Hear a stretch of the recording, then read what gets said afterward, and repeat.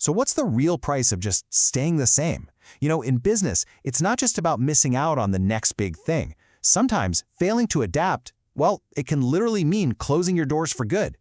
Today, we're going to explore exactly why getting stuck in the past is pretty much a direct path to failure. All right, so I want you to think about this for a second. Is your business actually running, or is it more like a museum exhibit? A perfectly preserved relic of how things used to be done. It's a pretty sharp question, I know, but man, it gets right to the heart of what it takes to survive in today's world. So this whole museum mindset, it actually creates a really fascinating problem. It's like you've got this clash of two completely different timelines, and they're happening right now in the very same workplace.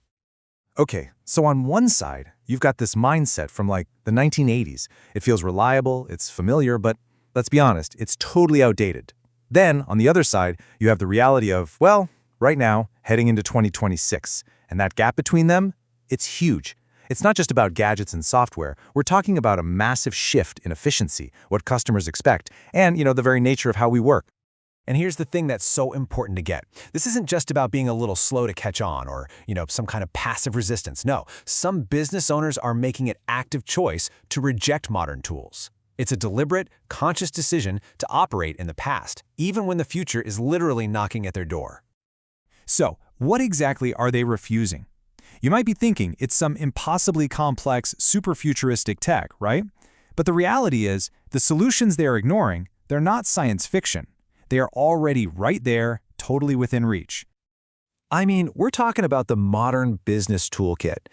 Things like technology that lets your team collaborate from anywhere, or systems that can automate all that tedious paperwork, and yeah, AI that can crunch sales data in seconds. Seriously, this isn't some far-off concept. These are the standard, everyday tools for getting efficient right now.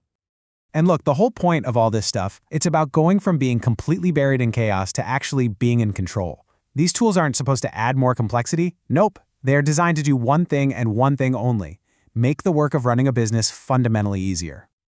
Okay, to really see what this looks like in the real world, let's dive into a specific story, because it's a really powerful example of the very real human cost that comes with refusing to change. So our story starts with a business that's already on the financial edge.